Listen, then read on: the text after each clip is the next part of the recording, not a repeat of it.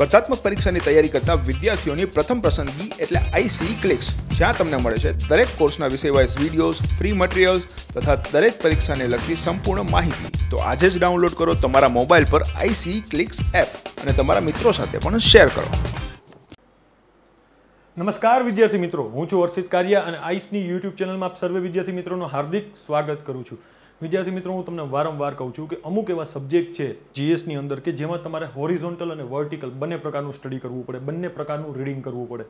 ઘરે બેસીને જ્યારે વાંચતા હોય જ્યારે ફેક્ટ ડેટા પણ યાદ રાખવા પડે અને કન્સેપ્ટ તો ક્લિયર હોવા જ જોઈએ. તો જ તમે ક્લાસ 1, 2 અથવા તો જીપીએસસી દ્વારા લેવાતી કોઈ પણ પરીક્ષા હોય, એ ડીવાયએસઓ હોય, પછી કોઈ પણ પરીક્ષા લઈ લો, એમાં તમે તો જ માર્કિંગ કરી શકો અને તો જ તમે એમાં સારા એવા માર્ક્સે પાસ થઈ શકો પ્રિલિમિનરી એક્ઝામની અંદર.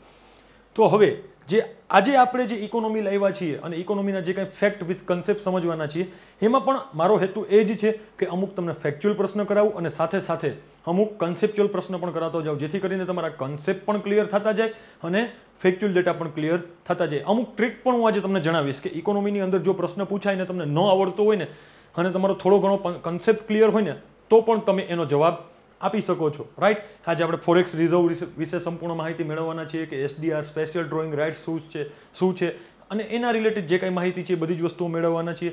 એવા જ બીજા ઘણા બધા કન્સેપ્ટ છે કે જે સમજવાના છીએ. સાથે સીઆરઆર, એસએલઆર શું છે, ઓકે, બેંક રેટ શું છે, રેપો રેટ શું છે, રિવર્સ રેપો રેટ છે, એનો પ્રશ્ન પૂછાય, સામે જોડકું આપી દીધું હોય, 4 રેટના નામ લખ્યા હોય, સામે 4 બીજા નામ આપ્યા હોય, તો એમાં આપણે કેવી રીતના આપણો કન્સેપ્ટ ક્લિયર હોય અને ફેક્ચ્યુઅલ ડેટા ન આવડતા હોય તો પ્રશ્નનો જવાબ આપી શકાય. સાથે સાથે ખાલી ફેક્ટ ડેટા આવડતા હોય અને કન્સેપ્ટ ક્લિયર ન હોય તો પણ આપણે અમુક પ્રશ્નોનો જવાબ આપી શકીએ છીએ. એ પણ આજે આપણે સાથે સાથે સમજીશું.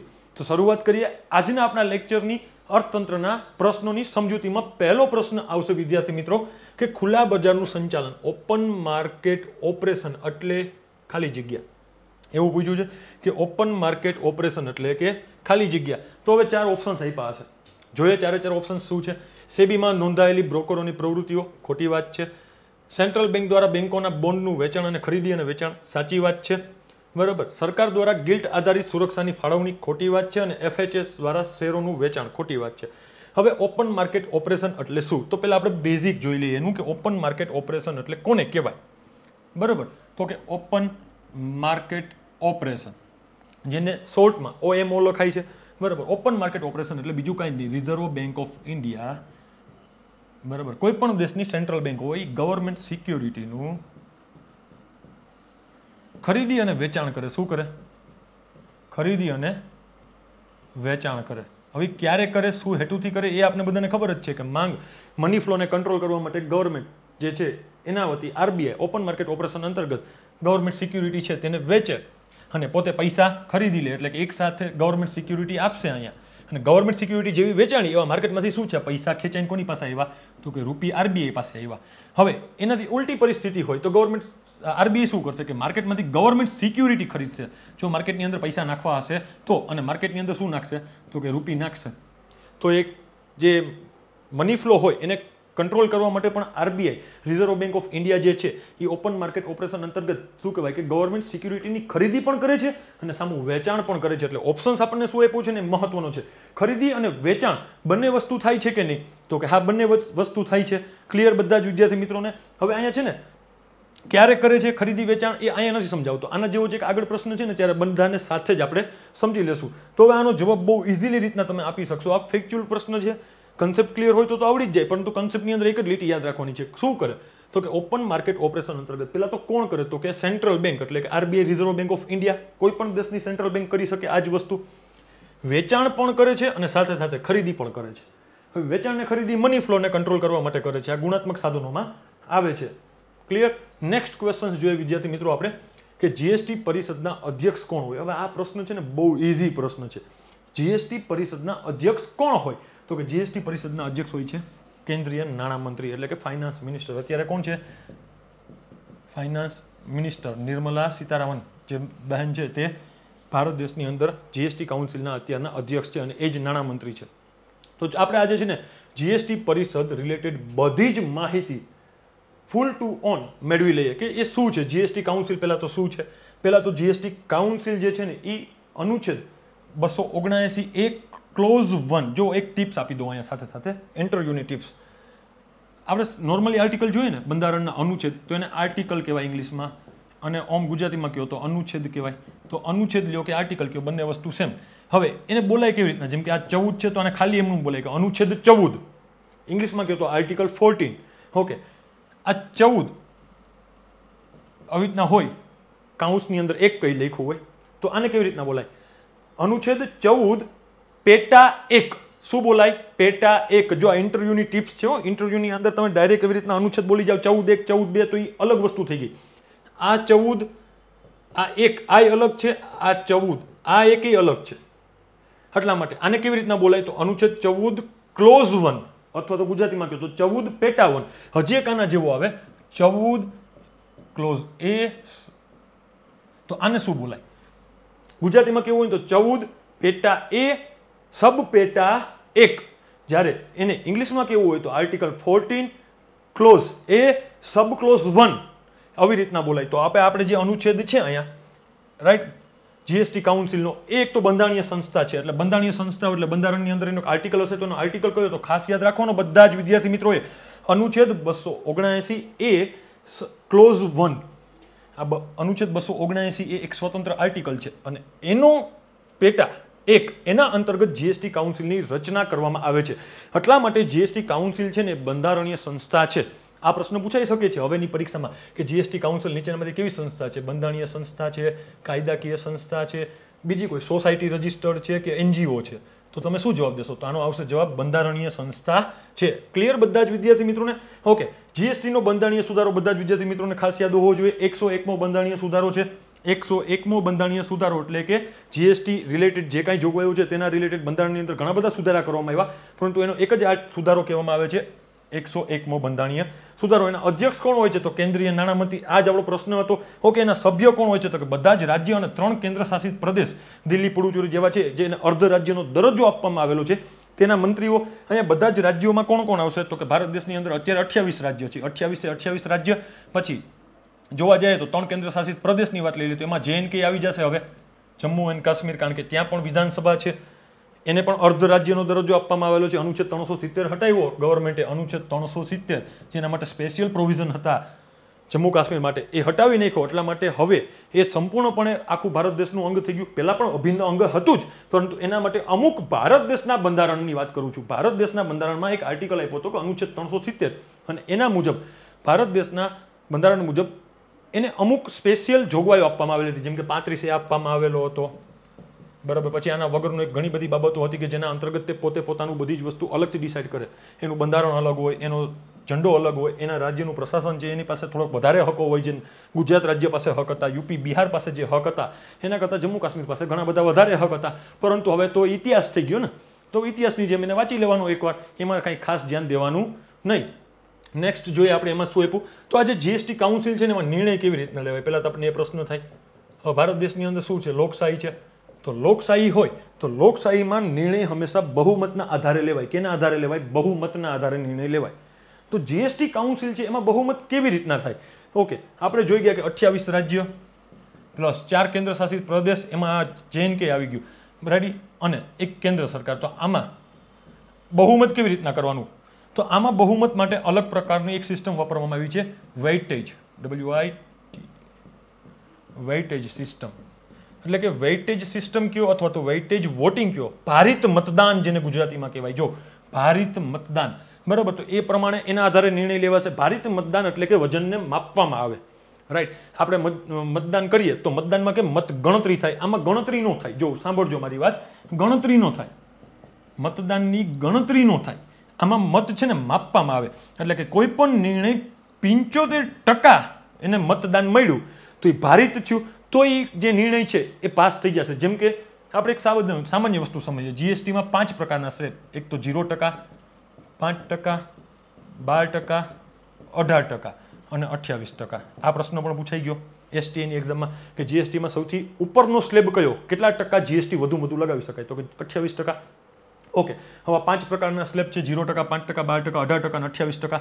તો એક વસ્તુ છે કે 18%માં ઘણી બધી વસ્તુઓના નામ હશે, એમાંથી 5 વસ્તુઓના નામ ઘટાડી અને એના ઉપર 12% ટેક્સ લગાવવાની વાત કરી છે. તો હવે આ નિર્ણય જીએસટી કાઉન્સિલમાં જશે. જીએસટી કાઉન્સિલમાં કોણ હશે? તો 28 સ્ટેટ પ્લસ એક કેન્દ્રીય નાણામંત્રી પ્લસ 4 બીજા કે જે યુટી કહેવાય, યુનિયન ટેરેટરી, કે જેને કેન્દ્ર શાસિત પ્રદેશ કહેવાય.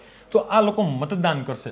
હવે મતદાન કરશે ને એમાં 75% જોઈએ. કેટલા ટકા? 75%. પરંતુ બંધારણની અંદર અમુક એવી જોગવાઈઓ કરી દીધી કે જીએસટી કાઉન્સિલ અંતર્ગત 2 ભાગ પાડી નાખ્યા. એક સાઈડની અંદર બધા રાજ્યોને 2/3 મતદાન આપી દીધું અને કેન્દ્રને એકલાને 1/3 મતદાન આપી દીધું. ઇટ મીન્સ કે કેન્દ્ર પાસે 66% મતદાનનો 33% મતદાનનો ભાગ છે. કેટલા? 33%. 1/3 એટલે 33 થયું. ઓકે, એવી જ રીતના આની પાસે 2/3 એટલે 66%, 67% જેવો ભાગ આને એકલાને આપવામાં આવ્યો. કોને? તો કે બધા રાજ્યોને અને કેન્દ્ર શાસિત પ્રદેશોને.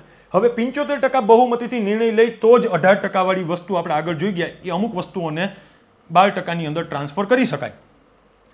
તો હવે 75% મતદાન માટે શું કરવું પડશે? જો બધાય રાજ્ય તૈયાર હશે ને તોય આ નિર્ણય નહીં લેવાય, અને ખાલી એકલું કેન્દ્ર એ નિર્ણય લેવા માંગતું હશે તો પણ નિર્ણય નહીં લેવાય. તો અહીંયા જે કાંઈ વસ્તુ છે એના અંતર્ગત બંને જગ્યા એટલે કે કેન્દ્ર અને રાજ્ય બંને જો સહેમત હોય ભારત દેશની અંદર તો જ આ વસ્તુ અથવા તો જે કાંઈ નિર્ણય લેવામાં આવે છે તે લાગુ કરી શકાય. ક્લિયર બધા જ વિદ્યાર્થી મિત્રોને? અહીંયા તમને ન સમજાણું હોય તો આગળના પેજ ઉપર આપણે મસ્ત મજાનો એક ચાર્ટ બનાવી લઈએ. એમાં છે, એમાં લખેલું છે જો કેન્દ્ર સરકારને 1/3 એટલે કે 33% જેવું મતદાનનો પાવર આપવામાં આવેલો છે અને બધા રાજ્યોમાં આમાં યુટી પણ આવી જાય. ક્લિયર? Union territory. તો એ બધાને કેટલા ટકા આપવામાં આવેલો છે? 66%. તો હવે 75% મતદાન જોઈએ કોઈ પણ નિર્ણયને પાસ કરવા માટે. તો ખાલી કેન્દ્ર એકલું કહેશે કે અમે આ નિર્ણય લીધો છે અને વોટિંગમાં મૂક્યું, અમારો મત એટલે કેન્દ્રના નાણામંત્રી જે હશે એ એક મત આપશે ને તેનો 33% વેઇટેજ ગણાઈ જશે. કેટલું વેઇટેજ ગણાઈ જશે? 33. હવે એને પહોંચવાનું ક્યાં છે? 75 કે તેથી ઉપર.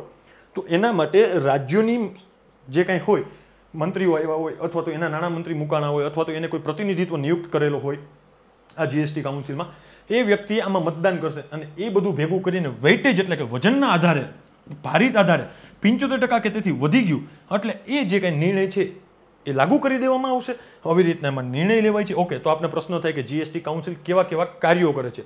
જીએસટી કાઉન્સિલ ઘણા બધાના કાર્ય કરે, પરંતુ આપણે અમુક એના જે કાર્ય છે કે જે આવનારી પરીક્ષામાં પૂછાઈ શકે એવા છે, મહત્વના છે, તો એના ઉપર વિદ્યાર્થી મિત્રો આપણે ખાસ એકવાર નજર મારી લઈએ. અને આ જે વસ્તુ અહીંયા કાર્ય લખેલા છે એ તો તમને હૈયે હોવા જોઈએ, હોઠે ન હોય તો ચાલે, હૈયે તો હોવા જ જોઈએ. ક્લિયર બધા જ વિદ્યાર્થી મિત્રોને? ચલો આગળ વધીએ. પહેલામાં કાર્ય શું છે? તો વસ્તુઓને જીએસટીમાં ઉમેરવી, બહાર રાખવી કે ફેરબદલ કરવો. આપણે આગળ જોઈ ગયા તેમજ 5 પ્રકારના ટોટલ કર છે. 0%, 5%, 12%, 18% અને 28%. તો 28% વાળીને 18માં નાખવી અથવા 18 વાળીને 12માં નાખવી, 12 વાળીને 5માં અને 5 વાળીને 0માં, અથવા તો 0 વાળીને ઉપર 5% લગાવો, 5 વાળાને 12માં નાખો, 12 વાળાને 18માં નાખો, 18 વાળાને 28માં નાખો. એ જે કાંઈ પણ ચેન્જીસ કરવા હશે એ જીએસટી કાઉન્સિલ દ્વારા એનો નિર્ણય લેવામાં આવશે. અને એમાં બહુમત કયું? તો ખાસ યાદ રાખવાનું 75%. ક્લિયર? ફરી વખત કહું છું, 1/3 કેન્દ્ર પાસે અને 2/3 કોની પાસે હશે? તો કે રાજ્ય પાસે. આટલી વસ્તુ તમારા બધા જ વિદ્યાર્થી મિત્રોને હોવી જોઈએ યાદ. બીજી વસ્તુ જોઈએ કે જીએસટીને ભાગ પાડવા, જીએસટીની સીમા નક્કી કરવી. ઓકે, જીએસટીની થ્રેશહોલ્ડ સીમા આવે, રાઈટ? થ્રેશહોલ્ડ સીમા કે કેટલાથી વધારે બિઝનેસનું ટર્નઓવર હોય અથવા તો આવક હોય તો એને જીએસટીએન નંબરની એટલે કે ગુડ્સ એન્ડ સર્વિસ ટેક્સ નંબરની જરૂર પડે, જીએસટીએન નંબરની. તો એના માટેના પણ નિર્ણય કોણ લેશે? તો કે જીએસટી કાઉન્સિલ દ્વારા લેવામાં આવશે. એ તારીખ નક્કી કરશે કે જ્યારથી કાચું તેલ, જો અત્યારે આના ઉપર જીએસટી લાગતો નથી, ખાસ યાદ રાખજો. ફરી વખત કહું છું, કાચું તેલ એટલે કે ક્રૂડ ઓઇલ, એમાં કેવું કહ્યું? ડીઝલ, પેટ્રોલ, પેટ્રોલને હાઈ સ્પિરિટ કહેવામાં આવે, પ્રાકૃતિક ગેસ, એવિએશન ટર્બાઇન ફ્યુલ ઉપર જીએસટી વસૂલવામાં આવતો નથી. એના ઉપર કેન્દ્ર સરકારના જે જૂના કર હતા એ જ બધા લાગે છે. તો એ તારીખ નક્કી કોણ કરશે કે કાચું તેલ, ડીઝલ, પેટ્રોલ ઉપર જીએસટી લગાવવામાં આવે? તો એ જીએસટી કાઉન્સિલ નક્કી કરશે. હવે જીએસટી કાઉન્સિલની અંદર મતદાન માટે મૂકશે તો 1/3 કેન્દ્ર સરકાર તો આપી દેશે, પરંતુ 2/3 રાજ્યોમાં બહુ ફાટા પડશે. કારણ કે રાજ્યોની સૌથી મોટી આવક જો થતી હોય ને વિદ્યાર્થી મિત્રો તો આ પેટ્રોલ ડીઝલ ઉપર ટેક્સ નાખીને જ થાય. એટલા માટે જ ભારત દેશની અંદર પેટ્રોલ ડીઝલ મોંઘા છે, કારણ કે કેન્દ્ર સરકારે ટેક્સ નાખે છે અને રાજ્ય સરકાર પણ ટેક્સ નાખે છે. અને આમાં કાસ્કેડિંગ ઇફેક્ટ પણ થાય છે, ટેક્સ ઓન ટેક્સ પણ લેવાય છે. તો એટલા માટે જ આ જે વસ્તુ છે એમાં જીએસટી કાઉન્સિલના જે કાર્યો છે એમાં પર્ટિક્યુલર લખી નાખવામાં આવ્યું કે એ તારીખ નક્કી કોણ કરશે? તો કે જીએસટી કાઉન્સિલ નક્કી કરશે. હવે જીએસટી કાઉન્સિલને જેદી કંઈક સારા ભગવાન સપના દેખાડે, બરાબર, અને એ દિવસે એ લોકો આ જે કાચું તેલ, ડીઝલ, પેટ્રોલ જે છે તેને એવું નક્કી કરી લે કે આજથી હવે એના ઉપર જીએસટી લગાડવામાં આવશે. 28% લગાડે, 18% લગાવે, 12% લગાવે, 5% લગાવે કે 0% લગાવે, એ પછીની વસ્તુ છે. પરંતુ કોઈ જીએસટી લગાડવા માંડે તો પછી જનતા પ્રેશર બનાવશે કે હવે તમે ધીમે ધીમે કરીને આમાં ઓછું કરો. પરંતુ અત્યારે આના ઉપર જીએસટી લાગતું નથી. પ્રાકૃતિક આપદા સમયે એટલે કે કોઈ પણ એવી પ્રાકૃતિક આપદાનો ઘટના ઘટી જાય ભારત દેશની અંદર અને 2-4 રાજ્ય પાણીમાં ડૂબી જાય એવું માની લો થોડીક વાર માટે, તો કોઈ નવો કર લગાવવો પડે, કારણ કે કેન્દ્ર સરકારને એ સમયે પૈસાની જરૂર હશે, જે તે રાજ્ય સરકારને પૈસાની જરૂર હશે, રાઈટ. કોઈ બાઢ આવી ગઈ, કોઈ મોટું હોનારત થઈ ગયું, સુનામી આવી ગઈ, ભૂસ્ખલન થઈ ગયું, તો એ સમય દરમિયાન કેન્દ્ર સરકારને પૈસાની જરૂર હશે, કારણ કે કેન્દ્ર સરકાર રાજ્યને પૈસા આપશે એ સમય દરમિયાન કે અલ્યો રાજ્યો, તમે તમારા રાજ્યની અંદર જે કોઈ વ્યક્તિઓના ઘર તૂટી ગયા છે, ઘણા લોકોને 4 વ્હીલ તણાઈ ગઈ છે, કોઈ પાસે ખાવાના પૈસા નથી, તો એ લોકોને ફૂડ પેકેજના વિતરણ કરાવો, એ લોકોને નવું ઘરનું ઘર અપાવડાવો, તો એના માટે લાખો કરોડ રૂપિયા નાખવા પડશે. તો કેન્દ્ર સરકારની આવક તો વધવાની નથી, તો આવક વધારવા સમયે જીએસટી કાઉન્સિલ એવી જોગવાઈ કરી શકે કે ભાઈ આ 28% છે ને, એ 28%ની 18%ની જે અમુક વસ્તુઓ છે ને, એ બધી જ વસ્તુઓને આજથી 28% સ્લેબ લાગશે, એટલે કે બીજા બધા રાજ્યોની અંદર એ વસ્તુ મોંઘી થઈ જશે, ત્યાંથી સરકારને ટેક્સની આવક થશે, એ પૈસાનો ખર્ચો જે કોઈ રાજ્યની અંદર સુનામી આવી હોય, ભૂકંપ આવ્યો હોય, અથવા તો કોઈ પણના ઘર તણાઈ ગયા હોય, ગાડી તણાઈ ગયા હોય, જાનમાલની હાનિ થઈ હોય, તો એ જગ્યાએ સરકાર આ સંસાધનોનો ઉપયોગ કરશે. તો એટલા માટે આવી કોઈ બાબત હશે તો એ નક્કી કોણ કરશે, તો કે જીએસટી કાઉન્સિલ દ્વારા નક્કી કરવામાં આવશે. એના માટે બીજી આગળ પણ જોગવાઈ છે કે ઉત્તર પૂર્વ અને પહાડી રાજ્યો માટે કોઈ નવી જોગવાઈ કરવામાં આવશે, એટલે કે ઉત્તર પૂર્વીય જે રાજ્યો છે, ભારત દેશનો આપણે નકશો જોઈએ, રાઈટ. તો ઉત્તર પૂર્વીય જે રાજ્યો છે,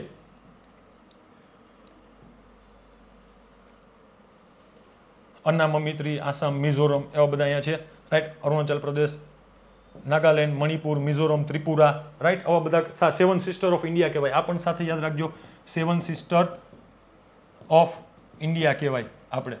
આ જે 7 રાજ્યોનો સમૂહ છે ને તેને, તો એ 7 બહેનોનો સમૂહ છે તેના માટે. અને જે કોઈ પહાડી રાજ્યો છે, એટલે જમ્મુ કાશ્મીર લઈ લો, નીચે ઉત્તરાખંડ, હિમાચલ પ્રદેશ લઈ લો, રાઈટ, આગળ સિક્કિમ લઈ લો, એવા જે કોઈ પહાડી રાજ્યો છે, એ પહાડી રાજ્યો માટે પણ જીએસટી કાઉન્સિલ છે એ અલગ પ્રકારના નિયમો બનાવી શકે, અને એના માટે જીએસટી કાઉન્સિલને કોઈ પણ જાતની આગવી મંજૂરીની જરૂરિયાત નથી. કારણ કે આ તેના કાર્યોમાં લખી જ નાખવામાં આવેલું છે. ઓકે, જીએસટી જે કંઈ પરિષદ છે એ કોઈ અન્ય બાબતો નક્કી કરે, જીએસટી કાઉન્સિલ કોઈ અન્ય એવી બાબત નક્કી કરે કે આજ પછી આ બાબતનો આપણા આ કાર્યોમાં સમાવેશ કરવાનો છે, તો જીએસટી કાઉન્સિલ તેના ઉપર ચર્ચા વિચારણા કરશે ને તેના ઉપર નિર્ણય લેશે.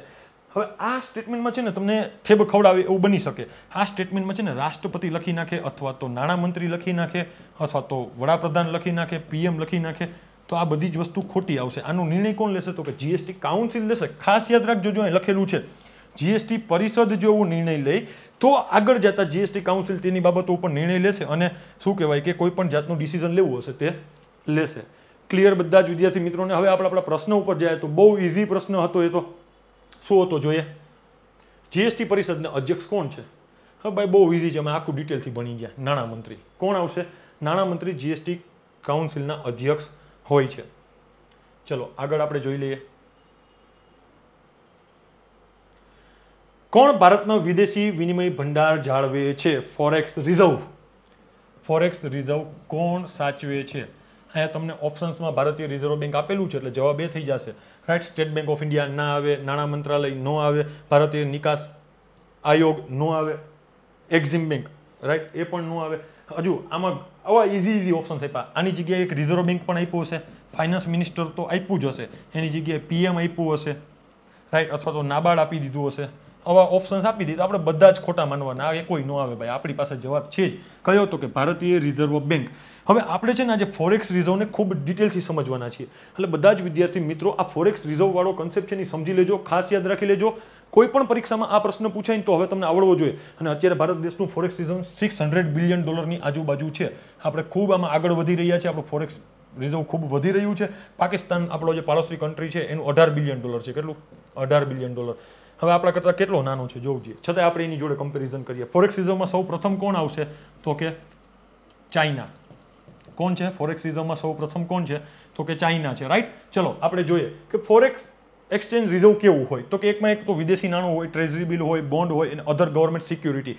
આવું વિશ્વની અંદર ઘણી જગ્યાએ હોય છે, પરંતુ આપણે આપણા ભારત દેશની અંદર જે ઇન્ડિયન ફોરેન રિઝર્વ છે એમાં આપણે શું રાખીએ છીએ, તો ખાસ યાદ રાખજો, એક તો વિદેશી નાણું. અને વિદેશી નાણુંમાં પણ સૌથી વધારે આપણે રાખશું કયું, તો કે અમેરિકન ડોલર. ક્લિયર બધા જ વિદ્યાર્થી મિત્રોને? બીજું આપણે શું રાખશું, તો કે ગોલ્ડ, સોનું, સ્પેશિયલ ડ્રોઈંગ રાઇટ્સ અને રિઝર્વ પોઝિશન ઇન IMF, અથવા તો રિઝર્વ ટ્રાન્સ પણ કહેવાય અને રિઝર્વ પોઝિશન ઇન IMF. તો આ શું છે, આ બે વસ્તુ શું છે એનો પ્રશ્ન થાય. તો આ બે વસ્તુઓને આપણે ખૂબ ડિટેલથી સમજી લઈએ. પહેલા તો 4 નામ યાદ રાખી લો કે ભારતીય જે વિદેશી હુંડિયામણ છે એની અંતર્ગત કેટલા પ્રકારની કરન્સી રાખવામાં આવે. અથવા તો કેવી કરન્સી રાખવામાં આવે તો વિદેશી નાણું, એમાં ડોલર હોય ખાસ, પરંતુ આપણે વિદેશી નાણું યાદ રાખવાનું. ગોલ્ડ, જેને સોનું કહેવાય, સ્પેશિયલ ડ્રોઈંગ રાઇટ્સ અને રિઝર્વ પોઝિશન ઇન IMF. તો આ 4 વસ્તુ રાખવામાં આવે છે. હવે આપણે આ 2 વસ્તુ નથી સમજાતી, ઘણી બધી બુક્સમાં પણ સમજાવેલી નથી, એટલે આજે હું સમજાવી જ દઉં છું તમને સાથે સાથે કે સ્પેશિયલ ડ્રોઈંગ રાઇટ્સ એટલે શું. તો સ્પેશિયલ ડ્રોઈંગ રાઇટ્સ, SDR એક કરન્સી બાસ્કેટના આધારે નક્કી થાય. કેના આધારે નક્કી થાય? સ્પેશિયલ ડ્રોઈંગ રાઇટ્સ એક કરન્સી બાસ્કેટ આવે. કરન્સી બાસ્કેટની અંદર 5 જેટલા દેશોની કરન્સી રાખવામાં આવે. કેટલા પ્રકારની? 5 જેટલા. જોજો, ખાસ યાદ રાખજો. એક તો અમેરિકન ડોલર, યુરોપિયન કન્ટ્રીના જે 19 દેશો છે યુરો વાપરે છે, એ યુરોને પણ એનામાં સમાવેશ કરવામાં આવેલો છે. જેપનીઝ યેન છે, ચાઇનીઝ યુએન છે અને બ્રિટિશ પાઉન્ડ. આ 5 કરન્સીનું વેઇટેજ કાઢવામાં આવે. શું કાઢવામાં આવે? વેઇટેજ કાઢવામાં આવે કે આની અંદર $100 રાખવામાં આવે, 50 યુરો રાખવામાં આવે, જાપાનીઝ યેન 40 રાખવામાં આવે, ચાઇનીઝ યુએન 100 રાખવામાં આવે, બ્રિટિશ પાઉન્ડ 70 રાખવામાં આવે. પછી એને 5 વડે ભાંગીને એનું સરેરાશ કાઢવામાં આવે અને સરેરાશ કાઢીને જે કાંઈ જવાબ મળે એને કહેવાય એક SDR, special drawing rights. Clear બધા જ વિદ્યાર્થી મિત્રોની? કેના આધારે નક્કી થાય? તો કે કરન્સી બાસ્કેટના આધારે નક્કી થાય. કરન્સી બાસ્કેટ કહેવાય એને. એ કરન્સી બાસ્કેટની અંદર કેટલા પ્રકારની કરન્સી હોય? તો કે ટોટલ 5 પ્રકારની કરન્સી હોય. ફરી વખત જણાવી દો આ બધા જ વિદ્યાર્થી મિત્રોને, ખાસ યાદ રાખી લેજો. અહીંયાથી હવે ક્લાસ 1-2 ની એક્ઝામની અંદર પ્રશ્ન પૂછાઈ શકે તેવી પૂરેપૂરી સંભાવના છે. પેલું અમેરિકન ડોલર હોય, યુરો હોય, જેપનીઝ યેન હોય, ચાઇનીઝ યુએન હોય અને બ્રિટિશ પાઉન્ડ હોય. આ યુરો છે ને, એ યુરોપિયન જે કન્ટ્રી છે ને એમાં 19 દેશો યુરોને વાપરે છે. રાઈટ. તો એમાં પર્ટિક્યુલરલી આપણે કંઈ ખાસ દેશના નામ યાદ રાખવાની જરૂર નથી, પરંતુ આ 5 જાતની કરન્સી હોય એનું વેઇટેજ કાઢી અને SDR બનાવવામાં આવે છે. અને આ જે SDR છે ને એ ખાસ યાદ રાખજો, કોઈ કરન્સી નથી અથવા તો ઉધાર પણ નથી. એટલે એવું નથી કે આપણા કરન્સી છે. SDR એક પણ જાતની કરન્સી નથી. જેમ કે ભારતીય રૂપિયો, તો આ રૂપિયો શું થઈ? કરન્સી થઈ, ચલણી નાણું થયું. જેમ કે અહીંયા આપણે લઈએ ડોલર, તો કે ચલણી નાણું થયું. અહીંયા euro, Japanese yen, Chinese yuan, British pound, આને બધાને કરન્સી કહેવાય, પરંતુ આ કરન્સી નથી. આ કોઈ લીગલ ટેન્ડર નથી. રાઈટ. આની બેકએન્ડમાં કોઈ એવી સિક્યોરિટી નથી કે જેને આપણે SDR ને શું કહેવાય કે સપોર્ટ કરતું હોય. ક્લિયર? હવે આ લીગલ ટેન્ડર શું છે, બેકએન્ડ શું છે, એ બધી જ વસ્તુ આપણે ક્લાસમાં ડિટેલથી ભણીશું. અત્યારે એટલું બધું અહીં ડિટેલમાં જતા નથી. સ્પેશિયલ ડ્રોઈંગ રાઇટ્સ છે ની કરન્સી નથી. બીજી વસ્તુ, ઓકે. અને આ એ ઉધાર પણ નથી કે જેમ કે આપણે કોઈકને લોન આપીએ અને લોનના બદલામાં આપણે ગીરોમાં કંઈક મળે, તો એવું પણ નથી.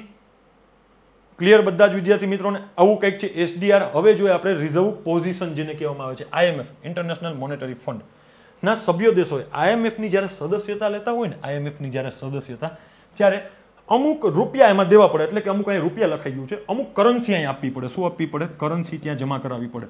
બરાબર. અમે એ જમા કરાવો ને એના બદલામાં તમને અમુક રાઇટ્સ મળે. શું મળે? તો કે તમારા દેશની અંદર BOP ક્રાઇસિસ આવશે તો ત્યારે IMF ના જેટલા સદસ્યો છે એને બધાએ થોડા પૈસામાં આપ્યા હશે. ઓકે. એ આપવાથી એની પાસે એક સરસ મજાનું ભંડોળ ઊભું થયું હશે. એ ભંડોળમાંથી તમારા દેશની અંદર બેલેન્સ ઓફ પેમેન્ટ ક્રાઇસિસ આવશે ત્યારે આ IMF તમને મદદ કરશે. હવે હું તમને અહીંયા સમજાવી દઉં કે આ ભંડોળ ઊભું કેવી રીતના થાય. જેમ કે વિશ્વના 5 દેશો લઈ લો.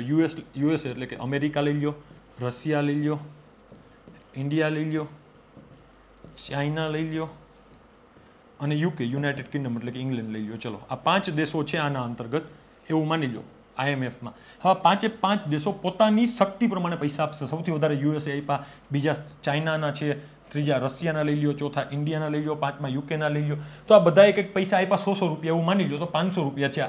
બરાબર. ઓકે. આ 500 રૂપિયાની જરૂર કોને પડી? તો કે UK, યુનાઇટેડ કિંગડમને આ 500 રૂપિયાની જરૂર પડી. તો UK એ પણ આમાં 100 આપેલા છે, પરંતુ UK ને જરૂર 500 રૂપિયાની પડી, તો IMF UK ને 500 રૂપિયા આપશે. એના બદલામાં UK ને થોડુંક વ્યાજ આપશે. કારણ કે UK ની અંદર બેલેન્સ ઓફ પેમેન્ટ ક્રાઇસિસ આવી ગયા છે. તો એ બેલેન્સ ઓફ પેમેન્ટ ક્રાઇસિસમાંથી નીકળવા માટે UK ને પૈસાની જરૂર પડી છે. અને એ પૈસા માટે કોની પાસે ગયું? તો કે IMF પાસે ગયું. અને IMF હંમેશા આ બેલેન્સ ઓફ પેમેન્ટ ક્રાઇસિસમાં મદદ કરે છે. આપણે 1991ના જે રિફોર્મ્સ લઈ આવ્યા, LPG રિફોર્મ્સ, લિબરલાઇઝેશન, પ્રાઇવેટાઇઝેશન ને ગ્લોબલાઇઝેશન, આ રિફોર્મ્સ સમયે આપણે વિશ્વના કોઈ પણ દેશ આપણને લોન આપવા તૈયાર નહોતા. શું કામ? કારણ કે આપણે પંચવર્ષીય યોજનાની અંદર એક હેતુ રાખ્યો હતો 7મી પંચવર્ષીય યોજના અંતર્ગત કે ભારત દેશની અંદર અમે એક્સપોર્ટ ઓરિએન્ટેડ ઇકોનોમી બનશું. અને એ એક્સપોર્ટ ઓરિએન્ટેડ ઇકોનોમી બનવા માટે આપણે વિશ્વની જે કોઈ સંસ્થા હતી, વિશ્વના જે કોઈ દેશો હતા જે આપણને લોન આપી શકતા હતા ને એની પાસેથી લોનમાં પૈસા લઈ આવી અને ભારત દેશની અંદર ખૂબ પૈસા નાખ્યા. કાં તો કે ઇન્ડસ્ટ્રી હતી, એને ટેકનોલોજીની જરૂર હતી, એને એક્સપોર્ટ ઓરિએન્ટેડ જે કંઈ ઇન્ફ્રાસ્ટ્રક્ચરની જરૂરિયાત હતી બધી બનાવવા માટે આપણે કરોડો અબજો રૂપિયા વાપર્યા. હવે ઓલરેડી આ પૈસા વાપરવાથી શું થશે? માર્કેટની અંદર મની ફ્લો વધ્યો અને મની ફ્લો વધતા ફુગાવો વધી જાય. ફુગાવો કેટલો થઈ ગયો હતો? તો કે ડબલ ડિજિટમાં આટા મારતો હતો. 14%, 12-14% જેવો ફુગાવો હતો એ સમય દરમિયાન. ઓકે, એક આ પ્રોબ્લેમ હતો. સાથે સાથે જે કંઈ ખાડી ગલ્ફ કન્ટ્રી કહેવાય, બરાબર, પશ્ચિમી એશિયાના દેશો, ત્યાં યુદ્ધ થઈ ગયું, ખાડી વોર, ગલ્ફ વોર કહેવાય. એના કારણે ક્રૂડ ઓઇલનો ભાવ વધ્યો. ક્રૂડ ઓઇલનો ભાવ વધ્યો એટલે ભારત દેશની અંદર શું થયું? તો કે ક્રૂડ ઓઇલ છે એ મોંઘું થઈ ગયું. ક્રૂડ ઓઇલ મોંઘું થયું એટલે પેટ્રોલ જે હતું એ મોંઘું થયું, ડીઝલ મોંઘું થયું, એવિએશન ટર્બાઇન ફ્યુલ મોંઘું થયું. હવે આ બધું મોંઘું થતાં ટ્રાન્સપોર્ટેશન મોંઘું થયું. શું થયું? ટ્રાન્સપોર્ટેશન. હવે ટ્રાન્સપોર્ટેશન એટલે શું? તો કે ખટારો હોય એ 10 રૂપિયા કિલોમીટર હાલતો હોય, 10 રૂપિયા 1 કિલોમીટર ચાલે એટલે ભાડું ચૂકવવાનું. હવે પેટ્રોલ ડીઝલ મોંઘું થયું તો આનો ભાવ વધારીને કેટલો કરી નાખશે લોકો? તો 15 રૂપિયા કરી નાખશે. તો ટ્રાન્સપોર્ટેશન મોંઘું થયું તો અંદર જે કંઈ વસ્તુ ભરેલી હશે એના ભાવમાં પણ વધારો થશે. તો એ ભાવ વધ્યો. આવી રીતના બધી જ્યાંથી અહીંથી આપણે હલવાઈ ગયા હતા અને એના માટે આપણે જે એ સમયના નાણામંત્રી જે હતા ડૉક્ટર મનમોહન સિંહજી સાહેબ, એ કોની પાસે ગયા? IMF પાસે, ઇન્ટરનેશનલ મોનેટરી ફંડ પાસે. શું કામ ગયા? તો કે એ સમય દરમિયાન ભારત દેશ પાસે 7 દિવસ સુધી ચાલે એટલું જ ફોરેક્સ રિઝર્વ અથવા તો વિદેશી હુંડિયામણ બચ્યું હતું. ઇમ્પોર્ટ એક્સપોર્ટ કરી શકાય એવી પરિસ્થિતિ નહોતી અને ભારત દેશ જિયોગ્રાફિકલી ભગવાને બધી રીતના આપણા ઉપર હાથ રાખ્યો, પરંતુ એક વસ્તુમાં આપણા ઉપર હાથ નથી. એ શું છે? તો કે ક્રૂડ ઓઇલ. હવે ક્રૂડ ઓઇલ ન આવે તો આખી ઇકોનોમી ઠપ થઈ જાય અને આપણી પાસે 7 દિવસના પૈસા હતા એક્સપોર્ટ ઇમ્પોર્ટ કરી શકીએ એટલા. તો હવે આપણે શું કરવું પડ્યું?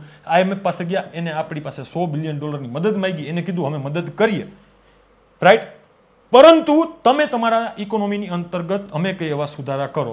હવે જે IMF લોન આપીને સશર્ત લોન હોય, એટલે કે લોન લેવા જાવ તો ત્યાં બાજુમાં નાનકડી ફૂદેડી મારી હોય. એ ફૂદેડી એટલે કે terms and condition. A terms and condition શું હતા? તો કે LPG રિફોર્મ્સ લઈ આવો. ઓકે, તમને અહીંયા એક બીજો પ્રશ્ન પણ થતો હશે એ સમય દરમિયાન કે સાહેબ તો આપણે જે મનમોહનસિંહજી સાહેબ નાણામંત્રી હતા એને વિશ્વના બીજા કોઈ દેશો પાસે અથવા તો બીજી કોઈ ઇન્સ્ટિટ્યૂટ પાસે કેમ પૈસા લેવા ન ગયા, રાઈટ, અથવા બીજા કોઈ દેશ પાસે ન ગયા? તો પહેલી વસ્તુ યાદ રાખો, આપણો એશિયાનો મેપ જોઈએ તો ઉપર રશિયા આવેલું છે, બરાબર, અહીંયા નીચે નાના મોટા દેશ આવેલા છે, કિર્ગિસ્તાન, ઉઝબેકિસ્તાન, એવા નીચે ચાઇના આવેલું છે, અહીંયા આપણો હિમાલય, અહીં નીચે ભારત દેશ. તો ભારત દેશ છે એનો એક સાથી મિત્ર હતો, કયો હતો? કે રશિયા. રશિયા પાસે ઓલરેડી આપણે ગયા હતા, પરંતુ રશિયા 1991માં વિઘટન થઈ ગયું, USSR હતું. તમે મારો ઓલો અફઘાનિસ્તાન વાળો લેક્ચર જોયો હશે, તેમાં USSR મેં બહુ સરસ મજાનું સમજાવેલું છે. તો USSRનું 1991માં વિઘટન થઈ ગયું હતું. હવે એ પોતે પોતાના દેશની અંદર પૈસા ગોતતો હતો, એટલે પોતે જ એટલો કર્જમાં ડૂબાયેલો હતો કે એને પૈસાની જરૂરિયાત હતી. સાથે USA, તો એ બધા દેશો તો આપણા વિરોધમાં હતા એ સમય દરમિયાન. ક્લિયર? તો એ પણ એક આપણે મોટો ઉપાધિ હતી. સાથે સાથે વિશ્વની ઘણી બધી જે બેંકો છે એ બેંકો પાસે આપણે લોન લેવા ગયા, પરંતુ ઓલરેડી આપણે 7મી પંચવર્ષીય યોજનાને લાગુ કરવા માટે વિશ્વની કોઈ એવી બેંક બાકી નહોતી રાખી કે જેની પાસેથી આપણે પૈસા ન લઈ આવ્યા હોય. તો આ સમયે આપણી મદદ કરી શકે એવી કોઈ સંસ્થા, કોઈ દેશ હતો જ નહીં. અને ન છૂટકે કમ નસીબે આપણે કોની પાસે જવું પડ્યું? IMF પાસે જવું પડ્યું. અને મેં તમને કીધું એમ કે IMF એક લુચ્ચું પ્રાણી છે.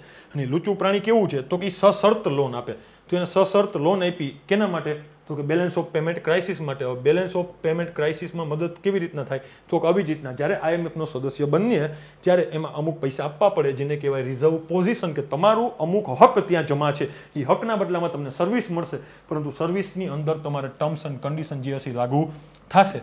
તો એને આપણા દેશની અંદર અમુક એવી ટર્મ્સ એન્ડ કન્ડિશન મૂકી કે જેને તમે તમારા દેશની અંદર લાગુ કરો અને તમે તો જ તમને લોન આપવામાં આવશે. અને આપણી માયની અને આપણે રિફોર્મ્સ કે લઈએ એવા સુધારો લઈએ એવા આપણી ઇકોનોમીમાં. અને એ વસ્તુ કઈ? તો કે LPG રિફોર્મ્સ. ક્લિયર બધા જ વિદ્યાર્થી મિત્રોને? તો અહીંયા રિઝર્વ ટ્રાન્સપોઝિશન પણ આપણે સમજી ગયા બધા જ વિદ્યાર્થી મિત્રો, SDR પણ સમજી ગયા, ઇન્ડિયન ફોરેક્સ રિઝર્વ પણ સમજી ગયા, અને વિશ્વનું કેવું એ પણ આપણે જોઈ ગયા. હવે આપણે આગળ જોઈએ આપણો પ્રશ્ન. પ્રશ્ન શું છે? કોણ ભારતમાં વિદેશી વિનિમય ભંડાર જાળવે છે? ભારતીય રિઝર્વ બેંક અથવા તો કોઈ પણ દેશની સેન્ટ્રલ બેંક. ક્લિયર બધા જ વિદ્યાર્થી મિત્રોને? આમાં પણ તમને કંઈ ન સમજાણવું હોય તો કમેન્ટ કરજો. આપણે નેક્સ્ટ લેક્ચરમાં આ કન્સેપ્ટને ફરી વખત સમજાવી દેશું. ક્લિયર? ચલો આગળ વધીએ. નેક્સ્ટ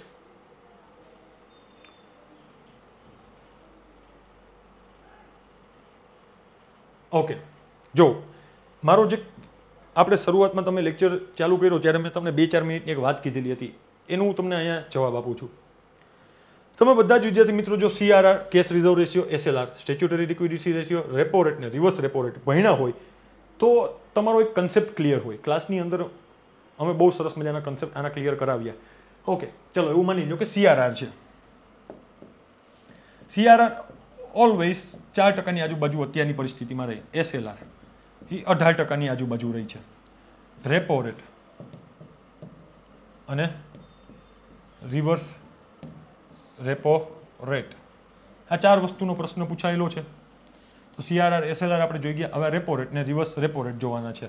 રેપો રેટ એટલે શું? તો કે શેડ્યુલ કોમર્શિયલ બેન્કો RBI પાસે લોન લેવા જાય, બરાબર. એટલે શેડ્યુલ કોમર્શિયલ બેન્કો લોન કેની પાસે લેવા ગઈ? તો કે RBI પાસે. એટલે એ ટૂંકા સમયની લોન, એટલે ગીરવો મૂકવો નહીં પડે.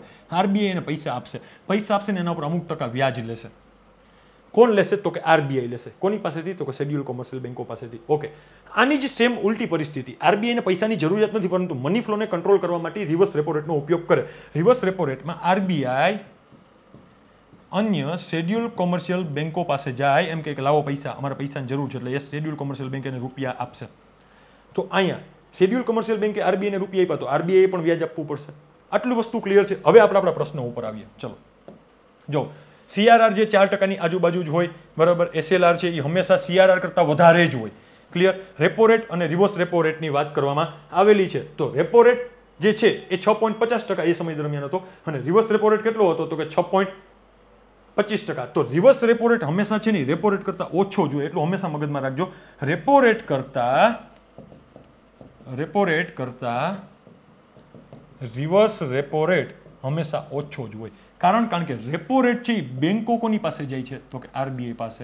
એટલે RBI એમાં જે છે એ વ્યાજ વધારે લે છે. જ્યારે RBI ને પૈસાની જરૂર નથી, છતાંય મની ફ્લોને કંટ્રોલ કરવા માટે શેડ્યુલ કોમર્શિયલ બેન્કો પાસે જઈને પૈસા લઈ આવે છે, અને તો મની ફ્લો કંટ્રોલ કરવો છે એટલા માટે. તો એ રેપો રેટ જેટલું વ્યાજ નહીં લે, એના કરતાં થોડુંક ઓછું હશે. એટલે તમે હંમેશા મગજમાં રાખો, જો આવા ઓપ્શન્સ ક્યારે પૂછાઈ જાય ને તમને એના એકચ્યુઅલ ફિગર ખબર નથી, તો તમે યાદ જ રાખો આ હંમેશા આ RRR એટલે રિવર્સ રેપો રેટ, અહીંયા RR એટલે કે રેપો રેટ. જો CRR, SLR, RR અને RRR, તો CRR હંમેશા 4%ની આજુબાજુ અત્યારની પરિસ્થિતિમાં છે. SLR 18%ની આજુબાજુ છે, બરાબર. આ જે છે એ રેપો રેટ છે એ હંમેશા આના કરતાં વધારે હશે, રિવર્સ રેપો રેટ કરતાં. તો હવે તમને જો અહીંયા ફેક્ચ્યુઅલ ડેટા યાદ ન હોય અને પરીક્ષાની અંદર તમને મૂંઝવણ માટે પરીક્ષામાં પ્રશ્ન પૂછી લઈને, તો તમે બધા જ વિદ્યાર્થી મિત્રો એટલું યાદ રાખવાનું કે CRR છે ને એ 4%ની આજુબાજુ હોય. એટલે 4%ની આજુબાજુ કેટલો? તો કે 6.50, સોરી 4, અહીંયા રહ્યું 4, બરાબર. CRR 4% આવશે. SLR 18%ની આજુબાજુ હોય, તો 18%ની આજુબાજુ કયો ઓપ્શન છે? તો કે આ 19.5. ઓકે, હવે આમાંથી જે વધારે હશે ને, બરાબર, એ વધારે જે હશે ને એ કયો હશે? તો કે રેપો રેટ હશે. તો કે રેપો રેટ અહીંયા રહ્યો ત્રીજું. આમાં બેમાંથી વધારે કયો છે? આ 6.25 ને આ 6.50. એટલે વધારે C વાળો છે, 0.25 પોઈન્ટ વધારે છે. તો આનો જવાબ આ થઈ જશે. વધુ એક રિવર્સ રેપો રેટ, તો 6.25. તો હવે આવી રીતના તમે જોડકું કરી અને જવાબ લઈ આવી શકો. જો કન્સેપ્ટ ક્લિયર હોય તો, અહીંયા ફેક્ટ ડેટા ન આવડતા હોય ને તો પણ આવો પ્રશ્ન પૂછાય ને, તો તમારો ખાલી કન્સેપ્ટ ક્લિયર હોય ને તો પણ તમે આનો જવાબ લઈ આવી શકો. અને આ ડેટા તો by monthly monetary policy committee જે છે એમાં ચેન્જ થતા હોય. રેપો રેટ ને રિવર્સ રેપો રેટ ને તો કેટલાક યાદ રાખવા. કાં તો એવું કરી શકો કે પરીક્ષાના આગલા દિવસે તમે ગૂગલ દાદાને યાદ કરો. કોને? ગૂગલ દાદાને. કે ગૂગલ દાદા જવાબ આપો. ચલો, અલાદીનનો ચિરાગ જેવી રીતના જવાબ આપે જ ને તેવી રીતના કે ચલો દાદા, CRR કેટલો છે ભારતની અંદર, SLR કેટલો છે, રિવર્સ રેપો રેટ કેટલો છે, રેપો રેટ કેટલો છે, બેંક રેટ કેટલો છે, એ બધી જ વસ્તુ તમે પાકી કરો. અથવા તો કન્સેપ્ટ ક્લિયર કરી નાખો, જેથી કરીને તમારે પાકી કરવાની જરૂરિયાત જ ન પડે. કન્સેપ્ટ ક્લિયર હોય એટલે તમે આરામથી અહીંયા પ્રશ્નનો જવાબ આપી શકો. આપણે તો એકડમ તિકડમ કરીને આપણો પ્રશ્નનો જવાબ સાચો પડવો જોઈએ. આપણી છેલ્લી મહેનત તો એ જ. તમારે જે કંઈ મહેનત કરો છો તેમાં કોઈને રસ નથી, તમારા પરિણામમાં જ લોકોને રસ છે. તો તમે જો મહેનત ગમે તેટલી કરશો, પરંતુ પરિણામ નેગેટિવ આવ્યું, તો લોકોને તમારી બાબતમાં વાત સાંભળવામાં રસ જ નથી. તમે મહેનત જરાય ન કરી હોય અને પરિણામ સારું આવી ગયું, તમે પાસ થઈ ગયા, અને તમારા ફેસબુકની અંદર 200 ફ્રેન્ડ હોય તો 2000 થતા વાર નહીં લાગે. ક્લિયર બધા જ વિદ્યાર્થી મિત્રોને? નેક્સ્ટ જોઈએ.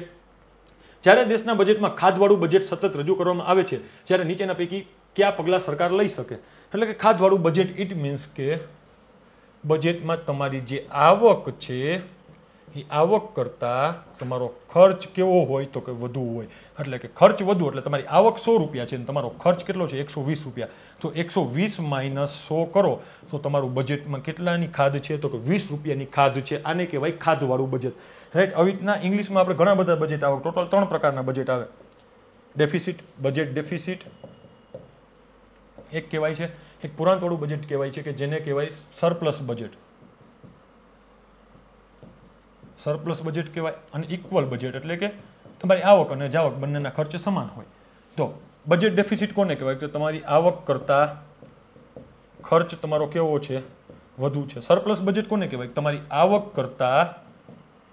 કરતા ખર્ચ તમારો ઓછો છે. જ્યારે અહીંયા આવક બરાબર છે અને ખર્ચ બરાબર છે. હવે આપણે એક એક એક્ઝામ્પલ લઈ લઈએ કે તમારી આ બજેટ ડેફિસિટની અંદર તમારી આવક 100 રૂપિયા છે, તમારો ખર્ચ કેટલો છે? 120. તો 120 માંથી 100 જાય તો તમારું બજેટમાં ખાધ કેટલાની છે? તો કે ₹20 ની ખાધ છે. એવી જ રીતના અહીંયા તમારી આવક 120 રૂપિયાની છે પરંતુ તમારો ખર્ચ 100 નો છે, તો તમારી પાસે 20 રૂપિયા સરપ્લસ પડ્યા રહેશે. ઓકે, હવે ત્રીજી વાત કરીએ. બજેટ ઇક્વલ હોય એટલે કે આવક તમારી 100 રૂપિયા હોય તો તેની સામે તમારો ખર્ચ 100 રૂપિયા હોય, એટલે તમારી પાસે જેટલા આવે છે એટલા જ તમે વાપરી નાખો છો.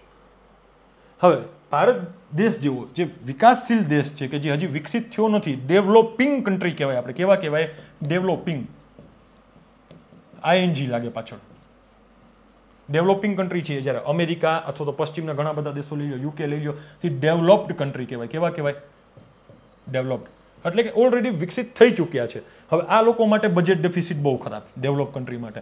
પરંતુ ડેવલપિંગ કન્ટ્રી જે ઇન્ડિયા જેવો દેશ છે તેના માટે બજેટ ડેફિસિટને સારી ગણવામાં આવે. કારણ કે સરકારની આવક કરતાં સરકાર માર્કેટમાં એવી ઇમેજ ધરાવે છે, એ દેશ માર્કેટમાં એવી ઇમેજ ધરાવે છે કે તેને માર્કેટમાંથી પૈસા મળે છે અને પોતે રોડ ઇન્ફ્રાસ્ટ્રક્ચરમાં પૈસા રોકે છે અને પોતે ડેવલપિંગમાંથી ડેવલપ થવાની પ્રોસેસમાં છે. એટલા માટે એની બજેટ ડેફિસિટ છે. એટલે બજેટ ડેફિસિટને પોઝિટિવ અર્થમાં પણ જોવામાં આવે છે કે કોઈ પણ એવો વિકસિત દેશ, વિકાસશીલ દેશ હોય તે પોતે બજેટ ડેફિસિટ ધરાવતો હોય તે વાત ખરાબ નથી. એટલે એમાં કંઈ તમારું મારું મોઢું નીચે શરમથી પડી જાય એવી વાત નથી. આ સારી બાબત છે. ક્લિયર બધા જ વિદ્યાર્થી મિત્રોને કે આપણે આપણા દેશની અંદર ડેવલપિંગમાંથી ડેવલપ થવા માંગીએ છીએ. એક સમયે અમેરિકા પણ ડેવલપિંગ કન્ટ્રી હતું ત્યારે એને પણ બજેટ ડેફિસિટ હતી. એક સમયે UK પણ એવી રીતના હતું, જાપાન પણ એવી રીતના હતું, ચાઇના પણ એવું હતું. એટલે એની માટે કંઈ ચિંતાનો વિષય છે નહીં. ઓકે, અહીંયા આપણે શું પ્રશ્ન પૂછ્યો છે કે જ્યારે દેશના બજેટમાં ખાધવાળું બજેટ સતત રજૂ કરવામાં આવતું હોય ત્યારે નીચેના પૈકી કયા પગલાં સરકાર લઈ શકે કે આ ખાધવાળા બજેટ જે છે તેમાં ખાધ ઘટી જાય અથવા તો ખાધ હવે બીજી વખતની જરૂરિયાત પડે નહીં, બીજી વખત માર્કેટમાંથી ઓછીતા પૈસા લેવાની જરૂર પડે નહીં. તો સરકાર શું કરી શકે? પોતાના જે ખર્ચા છે તેનો ઘટાડો કરી શકે. આપણે જોયું ને કે આવક માઇનસ ખર્ચ, એને આવક માઇનસ ખર્ચ એટલે ખાધવાળું બજેટ કહેવાય. તમારી 100 રૂપિયાની આવક હોય તમારો ખર્ચો 120 રૂપિયા હોય તો 20 રૂપિયાની ખાધ થઈ. તો આ ખર્ચો 120 નો છે તો અહીં ખર્ચ ઘટાડી નાખવામાં આવે અથવા તો સહાયતામાં ઘટાડો કરવો પડે. આ 100 રૂપિયાની આવક હતી એમાંથી આપણે 120 નો ખર્ચ કર્યો તો 120 ના ખર્ચમાં આપણે શું કહેવાય કે નેપાળ, ભૂટાન, આ શ્રીલંકા જેવા દેશોને ઘણા બધા પૈસા આપી આવે, આટો મારવા જાય અને 5000 કરોડ દઈ આવીએ, અથવા તો અફઘાનિસ્તાનની અંદર 2 હેલિકોપ્ટર દઈ દઈએ, તો આપણે જે કંઈ સહાય આપીએ છીએ એ સહાયમાં ઘટાડો કરી શકીએ. એવી જ રીતના ભારત દેશની અંદર ઘણી બધી એવી યોજનાઓ છે કે જે યોજનાઓનું એકીકરણ કરી નાખીએ. એટલે કે 3-4 જાતની હેતુ એક જ છે કે બેટી બચાવો બેટી પઢાવો. રાઈટ? બેટી બચાવો બેટી પઢાવો. એક નાની બાળકીને બચાવો ને નાની બાળકીને ભણાવો. તો બેટી બચાવવા માટે સરકારની 4 અલગ અલગ યોજના ચાલે. એક તો કુપોષણ માટેની ચાલે, જન્મ સમયે બાળકીના ટીકાકરણ માટે પૈસા દેવાની ઘણી બધી યોજનાઓ ચાલે. રાઈટ? એના સ્કૂલ એડમિશન માટે ચાલે છે. પછી મહાલક્ષ્મી બોન્ડ આવે છે. ઘણી બધી યોજનાઓ ચાલે. બેંકોની અંદર તમે એના એકાઉન્ટ ખોલાવી શકો. નાની થાય ત્યારથી 18 વર્ષની થઈ જાય ત્યારે તેના લગ્ન કરવા હોય તો લગ્ન માટે અથવા તો હાયર એજ્યુકેશન માટે પૈસા તમને મળશે. એવી જ રીતના બેટીને પઢાવો. તો આ બધી જ યોજનાઓ ચાલતી હોય ગવર્મેન્ટની ઘણી બધી. તો સરકાર હવે શું કરે? ખર્ચમાં ઘટાડો કરવા માટે હવે 8-10 જે યોજનાઓ ચાલતી હોય ને એ 8-10 યોજનાને ભેગી કરી અને એક યોજના લોન્ચ કરે જેને કહેવાય અમ્બ્રેલા યોજના. શું કહેવાય? અમ્બ્રેલા યોજના. અમ્બ્રેલા મીન્સ કે છત્રી. ગુજરાતીમાં આપણે કહીએ તો અમ્બ્રેલાને શું કહેવાય? તો કે છત્રી કહેવાય. રાઈટ? આવી કંઈક છત્રી હોય, બરાબર? તો આ છત્રી હોય તો છત્રીની અંદર આવી રીતના ઘણી બધી પ્રકારની યોજના હોય ને એ બધીને ભેગી કરીને એકના હાથમાં પકડાવી દેવાનો વ્યક્તિ હોય હાથમાં કે ભાઈ લે આ છત્રી પકડતું. એ છત્રી પકડીને હાઈલો જશે પછી એની રીતના. તો શું થશે કે આ એક વ્યક્તિને છે ને એ એક જ છત્રીમાં બધી યોજના મળી ગઈ. ઇટ મીન્સ કે અમ્બ્રેલા યોજના. એટલે એને ઘડીએ બીજી અલગ અલગ યોજનાઓ માટે એપ્લિકેશન આપવાનું નહીં, રજીસ્ટ્રેશન કરવાનું નહીં. એક જ યોજનાનું સબસ્ક્રિપ્શન લે એટલે બધી જ યોજનાનો લાભ મળે. અને ગવર્મેન્ટને આમાં શું ફાયદો થાય? તો ગવર્મેન્ટને ખર્ચમાં ઘટાડો થાય. જો જેમ કે એક યોજના હોય તો બેટી બચાવો બેટી પઢાવો માટે કુપોષણની યોજના હોય, શિક્ષણ માટે યોજનાઓ હોય, એના લગ્ન માટેની યોજનાઓ હોય, બેંક એકાઉન્ટ માટે એક યોજના હોય. તો આ બધી જ યોજનાઓ અલગ અલગ હોય તો બધા માટે અલગ અલગ વ્યક્તિઓની નિમણૂક કરવી પડશે. એક ટીમ હશે. ભારત દેશની અંદર બધી જગ્યાએ લાગુ થતા હશે. બધી જગ્યાએથી અલગ અલગ વ્યક્તિ પાસે રિપોર્ટ આવશે ને પછી આ બધા ભેગા થઈને એક વ્યક્તિ પાસે જશે. પછી અહીંયાથી પીઓમાં જશે ને પીઓમાંથી વડાપ્રધાન પછી એને સંસદની અંદર રજૂ કરશે ને. કેવડી લાંબી પ્રોસેસ થાય ને કેવડો લાંબો ખર્ચ થાય. ઇટ ઇઝ બેટર ધેન કે આપણે આ બધી યોજનાઓને ભેગી કરી નાખીએ અને ભેગી યોજનાને કરીને અહીં એક જ વ્યક્તિની નિમણૂક કરી દઈએ કે આ બધા જ વ્યક્તિઓના બધા જ ડોક્યુમેન્ટ આની એક વ્યક્તિ પાસે આવશે. એ બધાને ભેગા કરીને સીધા પીએમને દેશે. પીએમ સીધું સંસદમાં રજૂ કરશે, પ્રશ્નના જવાબમાં દેશે. તો સરકારને ખર્ચમાં ઘટાડો થાય. તો એ બધી જ બાબતો છે કે જેમાં સરકાર ખર્ચમાં ઘટાડો કરી શકે. જેમ કે અહીં તો હજી ઓછું આપ્યું છે, આમાં સરકારના જે કંઈ ખર્ચાઓ ઘટાડો હોય ઘટાડવાનું કરી શકે. એમ કે ડિફેન્સમાં ખર્ચમાં ઘટાડો કરી શકાય તો કે હા કરી શકાય. એડવર્ટાઇઝમેન્ટમાં ઘટાડો કરી શકાય તો કે હા કરી શકાય. રાઈટ. હમણાં પાકિસ્તાનની કસ્તા હાલત છે. પાકિસ્તાનનો જે પ્રધાનમંત્રીનો જે બંગલો છે એ સગાઈ લગ્ન માટે ભાડે આપવાની જાહેરાત કરી છે પાકિસ્તાને. કાં તો કે ખર્ચમાં ઘટાડો કરવો છે ને આવકના સ્ત્રોત ગોતવા છે. તો આવક તો છે નહીં, કારણ કે લુખા છે બધાય. તો એને શું કર્યું કે પોતાનું જે પ્રધાનમંત્રીનું આવાસ હતું ને પાકિસ્તાનના, એને એવું જાહેરાત કરી કે કોઈને કોઈ સારું એવું ખાનદાન હશે પૈસાવાળું, એને સગાઈ લગ્ન કરવા હશે તો અમે પ્રધાનમંત્રીનું જે મકાન છે ભાડે આપશું તમને. તો એટલા દિવસ એના ઇમરાન ખાન ક્યાં રહેવા જશે? હવે તો ભગવાનને ખબર ક્યાં રહેવા જાય. બરાબર. તો આ ઉપરોક્ત આ બધી જ બાબતો કેવી છે? સાચી છે. એટલે કે ત્રણ વસ્તુ કરી શકીએ ભાઈ કે જેથી ખાધવાળું બજેટ છે તેમાં ઘટાડો કરી શકાય. હવે તમને ખાધવાળું બજેટ જ એટલે ન ખબર હોય ને તો આ ઓપ્શન્સ ઉપર તમે જઈ શકો નહીં. તમારો ખાલી એટલો કન્સેપ્ટ ક્લિયર હોય કે ખાધવાળું બજેટ એટલે શું, તો તમે બધા જ વિદ્યાર્થી મિત્રો એક્ઝામની અંદર 2-5 સેકન્ડ આપી વિચારી અને આનો ઇઝીલી રીતે તમે જવાબ આપી શકો છો. રાઈટ. ચલો નેક્સ્ટ જોઈએ વિદ્યાર્થી મિત્રો આપણે. જ્યારે આરબીઆઈ દ્વારા બેંક રેટમાં ઘટાડો કરવામાં આવે છે ત્યારે શું થાય છે? ફરી વખત એ જ વાત આવી, બેંક રેટમાં ઘટાડો કરવાથી શું થાય? આ બેંક રેટ, પહેલા તો બેંક રેટ એટલે શું એ ખબર હોવી જોઈએ બધા જ વિદ્યાર્થી મિત્રોને. હવે ખબર હોવી જોઈએ. આ બીજી વખત કન્સેપ્ટ કરાવું છું. બેંક રેટ એટલે કે લોંગ ટર્મ માટે આરબીઆઈના બધા જ ક્લાયન્ટ, આરબીઆઈના બધા જ ક્લાયન્ટ ક્યાં જાય? તો કે આરબીઆઈ પાસે જાય લોંગ ટર્મ માટે ગીરો મૂકી અને આરબીઆઈ અમુક પૈસા એને આપશે. હવે આરબીઆઈના બધા જ ક્લાયન્ટ એટલે કે અહીંયા સ્ટેટ ગવર્મેન્ટ પણ આવી જાય, સેન્ટ્રલ ગવર્મેન્ટ પણ આવી જાય, બધી જ બેન્કો, એમાં એનબીએફસી આવી જાય, શેડ્યુલ કમર્શિયલ બેંક આવી જાય, નોન શેડ્યુલ કમર્શિયલ બેંક આવી જાય. બરાબર. આના વગરની ઘણી બધી એલઆઈસી જેવી કંઈ સંસ્થાઓ છે એ પણ, ઇન્સ્યોરન્સ કંપની આવી જાય. એવી બધી જ આરબીઆઈના ક્લાયન્ટ આરબીઆઈ પાસે બેંક રેટમાં લોન લેવા જાય. તો બેંક રેટમાં એ લોન લેવા જાય લોંગ ટર્મ માટે, ગીરવે મૂકવું પડે. ઓકે. આ આરબીઆઈ છે. ઓકે. આરબીઆઈના ઘણા બધા ક્લાયન્ટ છે એવું માની લ્યો. આરબીઆઈના ઘણા બધા ક્લાયન્ટ છે, એ આરબીઆઈ પાસે ગયા. આ ત્રણ કે અમારા ત્રણેયને અલગ અલગ જોઈએ. એક રાજ્ય સરકાર છે, એક બેંક છે, અને એક નોન શેડ્યુલ કોમર્શિયલ બેંક છે. એ બધા જ આરબીઆઈ પાસે ગયા કે અમને પૈસા જોઈએ છે, અમે ગીરવો આપવા માટે તૈયાર છીએ, તમે અમને પૈસા આપો. ઓકે. આરબીઆઈ એમ કહેશે કે લાવો ગીરવો. એટલે આ બધે કંઈક ને કંઈક ગીરવો મૂકશે. કોઈક ટ્રેઝરી બિલ ગીરવો મૂકશે, કોઈક બોન્ડ મૂકશે, કોઈક ગવર્મેન્ટ સિક્યુરિટી મૂકશે, ગમે તે મૂકી અને આરબીઆઈ પાસેથી શું લેશે? પૈસા લેશે. ઇટ મીન્સ કે આરબીઆઈએ આ લોકોને પૈસા આપ્યા, રૂપિયા આપ્યા, ઇન્ડિયન કરન્સીમાં આ લોકોએ કંઈક ગીરવો આપ્યું સામે. હવે આરબીઆઈને ખબર જ છે કે આપણે ભારત દેશની અંદર જો પૈસા નાખીએ માર્કેટની અંદર તો શું થાય? માર્કેટની અંદર પૈસા નાખવાથી મની ફ્લો વધે, લોકોના હાથમાં પૈસા આવશે. જ્યારે પ્રોડક્શન સામે એટલું ને એટલું છે, માંગ અને જથ્થો તો એટલો જ છે. તો માંગ વધશે એટલે શું થશે? તો કે ભાવમાં વધારો થશે. ઇટ મીન્સ કે ફુગાવો આવશે. શું આવશે? ભાવ વધશે. ઇટ મીન્સ કે ફુગાવો આવશે, ફુગાવો વધશે. તો હવે શું થયું કે આ જે વસ્તુ હતી નોર્મલ પરિસ્થિતિમાં ચાલે. હવે આપણે અમુક વસ્તુ છે ને જોઈ લઈએ. હવે આંકડાકીય માહિતીથી સાથે જોઈએ. જેમ કે આને ગીરો મૂક્યું. હવે આરબીઆઈ એમ કહી દે કે બેંક રેટ છે ને અત્યારે 8% છે. તો 8%માંથી આ જે રાજ્ય સરકાર હતી ને એ રાજ્ય સરકાર કંઈ નહીં કે 8%માં આપણે પૈસા લેવા ન પોસાય. આ એક્ઝામ્પલ આપું છું તમને ટકાવારીનું. 8%માં આપણે પૈસા લેવા પોસાય નહીં, એટલે આ નીકળી ગયો. તો ઇટ મીન્સ કે આને પૈસા ન લીધા, આને 2000 કરોડની જરૂર હતી. કેટલા? 2000 કરોડની જરૂર હતી. તો આને 2000 કરોડ રૂપિયા ન લીધા સ્ટેટ ગવર્મેન્ટે. જ્યારે આ બે બેંકોએ લઈ લીધા, એક એનબીએફસી હતી ને એક શેડ્યુલ કોમર્શિયલ બેંક હતી, એને ગીરવે મૂકીને લઈ લીધા. ઓકે. હવે 8% હતું એટલે આને 2000 કરોડ ન લીધા. પછી આરબીઆઈ એવું કીધું કે હવે આજથી 12% બેંક રેટ. શું બેંક રેટ કેટલા ટકા? તો કે 12%. તો આ ત્રણે ના પાડી દીધી. હોય 12%માં તો અમને પોસાય જ નહીં. તો આરબીઆઈ મની ફ્લો કંટ્રોલ કરી નાખો આ વધારીને. ઓકે. એની જગ્યાએ આરબીઆઈ કહી દેતો કે 12% હવે સીધા 6%. તો આ 3 તો લેવા જશે જ. એના વગરની બીજી રાજ્ય સરકારો પણ આવશે, 8 સ્ટેટ ગવર્મેન્ટ, કે અમારા દેશની અંદર કુપોષણ ઘટાડવું, રાજ્યની અંદર કુપોષણ ઘટાડવું છે, રોડ બનાવવા છે, રસ્તા બનાવવા છે, ભૂગર્ભ ગટર બનાવી છે, અમને 2000 કરોડ આપો, કોઈક 5000 કરોડ આપો, 7000 કરોડ આપો, કંઈક નવી ફેક્ટરી નાખવી છે, અમારે ટેકનોલોજી લઈ આવી છે, આ કરવું છે, ફલાણું હજારો જાતના કાર્ય કરવા છે, પૈસા આપો. તો આરબીઆઈ 6%થી લઈ કરી નાખ્યા. તો માર્કેટની અંદર શું થયું? મની ફ્લો વધ્યો. મની ફ્લો વધવા માટે શું કરે કે આરબીઆઈ 6% કરી નાખે. મની ફ્લો ઘટાડવો હોય તો એને ભાવ વધારી નાખે. તો હવે આપણે આપણા પ્રશ્ન ઉપર જાય વિદ્યાર્થી મિત્રો. બહુ ઇઝી છે. જ્યારે આરબીઆઈ દ્વારા બેંક રેટમાં ઘટાડો કરવામાં આવે છે ત્યારે શું થાય તો કે બજારની અંદર તરલતામાં વૃદ્ધિ થાય. તરલતા એટલે લિક્વિડિટી. લિક્વિડિટીની ઇંગ્લિશમાં શું કહેવાય તો કે પૈસા, રૂપિયા. સાદી ભાષામાં કહે તો લિક્વિડિટી અલગ અલગ પ્રકારના કોન્સેપ્ટ હોય. જે રૂપિયા હોય એ હાઈલી લિક્વિડ કહેવાય, એનાથી નીચે સોનું તો કે એના કરતાં થોડુંક ઓછું લિક્વિડ હોય. રિયલ એસ્ટેટ તો એ લોઅર લિક્વિડિટી કહેવાય, કારણ કે એને વેચવામાં વાર લાગે. તો એને જે નાણાં હોય અથવા તો કંઈ રોકાણ હોય તેને લિક્વિડિટીમાં ગણવામાં આવે. તો બજારની અંદર તરલતામાં વૃદ્ધિ થશે અથવા તો મની ફ્લોમાં વૃદ્ધિ થશે. બહુ બેઝિક કન્સેપ્ટ છે, કાંઈ છે જ નહીં. ઓકે, અહીંયા ઊંધું કરી નાખીએ તો કે જ્યારે આરબીઆઈ દ્વારા બેંક રેટમાં ઘટાડો છે તેની જગ્યાએ વધારો કરવામાં આવે તો શું થશે? વધારો કરવામાં આવે તો બજારમાં તરલતામાં ઘટાડો થશે અથવા તો લિક્વિડિટીમાં ઘટાડો થશે. ક્લિયર બધા જ વિદ્યાર્થી મિત્રોને? બહુ સરસ મજાનો કન્સેપ્ટ સમજાવ્યો છે. છતાંય ન સમજાણું હોય તો મને કમેન્ટ કરીને કહેજો, હું તમને આનો જવાબ આપી દઈશ.